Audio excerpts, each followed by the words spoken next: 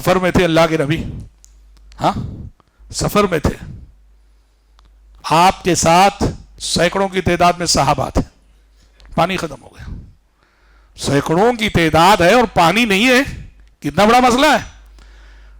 اللہ کے نبی نے 2 صحابہ کو بھیجا کہ جاؤ پانی ڈھونڈ کے لاؤ، پانی کہاں ہے۔ 2 صحابہ گئے، ڈھونڈا، پانی کہیں نہیں ملا۔ ہاں ایک کافر عورت مل گئی، ایک کافر عورت، مشرک عورت بڑھیا، اپنے اونٹ پر پانی سے بھرے ہوئے 2 مشکے سے لٹکائے ہوئے لے جا رہی تھی۔ وہ دونوں صحابہ اس بڑھیا کو پکڑ لیے، پکڑ کے اس کے اونٹ کو، اس کے پانی کو جو ہے لے کر آئے پیارے نبی کے پاس۔ پیارے نبی نے اس کے پانی کے مٹکے میں اپنا ہاتھ رکھا، دست مبارک رکھا، معجزہ ظاہر ہوا۔ جیسے ہی آپ نے اس کے پانی میں اپنا دست مبارک رکھا، آپ کی انگلیوں کے درمیان سے پانی کے چشمے ابلنے لگے۔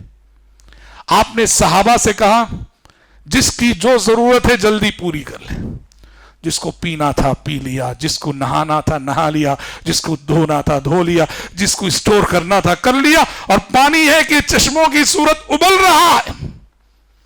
سینکڑوں صحابہ کی ضرورت پوری ہو گئی، معجزہ۔ عہد نبوت میں 10 واقعات ہیں، ضرورت پڑنے پر دودھ میں غیر معمولی برکت آ گئی، کھانے میں غیر معمولی برکت آ گئی، پانی میں غیر معمولی برکت آ گئی۔ سب نے اپنی ضرورتیں پوری کر لی۔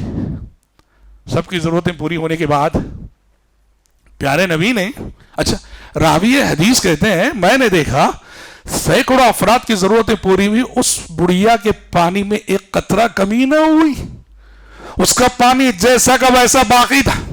اللہ اکبر۔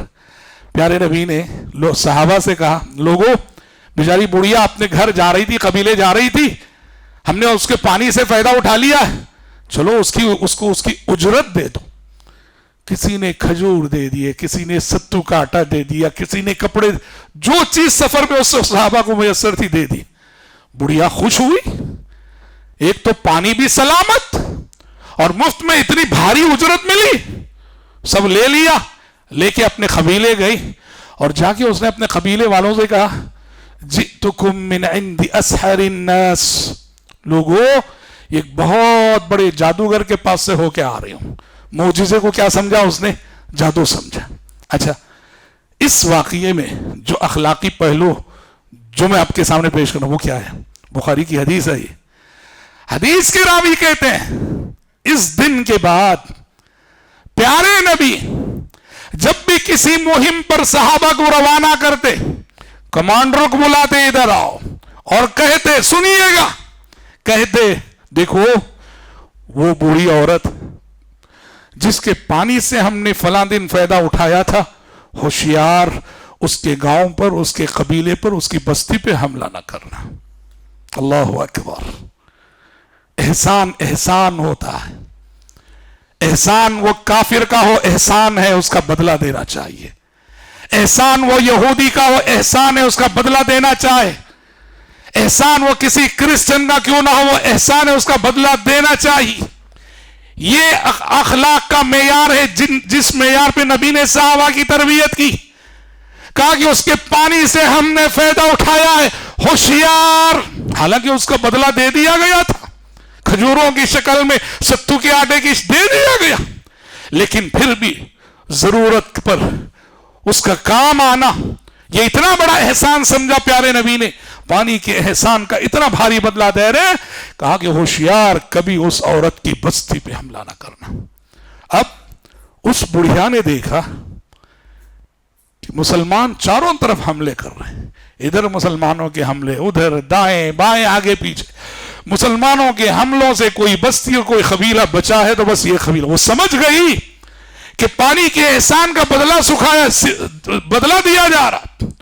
اس بڑھیا نے، بخاری میں پورے قبیلے والوں کو جمع کیا اور جمع کر کے کہا لوگوں نہیں دیکھ رہے ہو کیا، چاروں طرف مسلمانوں کے حملے ہو رہے ہیں، اور مسلمانوں کے حملوں سے اگر کوئی بستی کوئی قبیلہ بچا ہے تو بس ہمارا ہے۔ جانتے ہو کیوں؟ کہا کہ وہ محمد صاحب نے ایک مرتبہ میرے پانی سے جو فائدہ اٹھا لیا تھا نا، اس کا بدلہ وہ مجھے دے رہے ہیں۔ لوگوں، اگر محمد صاحب کی تعلیمات اتنی ہی اچھی ہیں کیوں نہ ہم سب مل کر اس پیارے مذہب کو قبول کر لیں. سارا کا سارا قبیلہ مشرف اسلام ہو گیا. کوئی دائی پہنچا ان کے پاس, کوئی مبلغ پہنچا ان کے پاس, کوئی عالم پہنچا ان کے پاس, کیا پہنچا؟ اسلامی اخلاق پہنچا ان کے پاس, اسلامک کیریکٹر پہنچا ان کے پاس, اسلامی کردار پہنچا اس کے پاس. سارا کا سارا گاؤں آن کی آن میں مشرف اسلام ہو گیا. میں جو کہنا چاہتا ہوں یہی فرق ہے ہم میں اور ہمارے اسلاف میں. وہ چلتا پھرتا اسلام تھے, وہ چلتا پھرتا قرآن تھے. آج اسلام اور قرآن صرف میری زبان پر ہے, میرے عمل میں نہیں.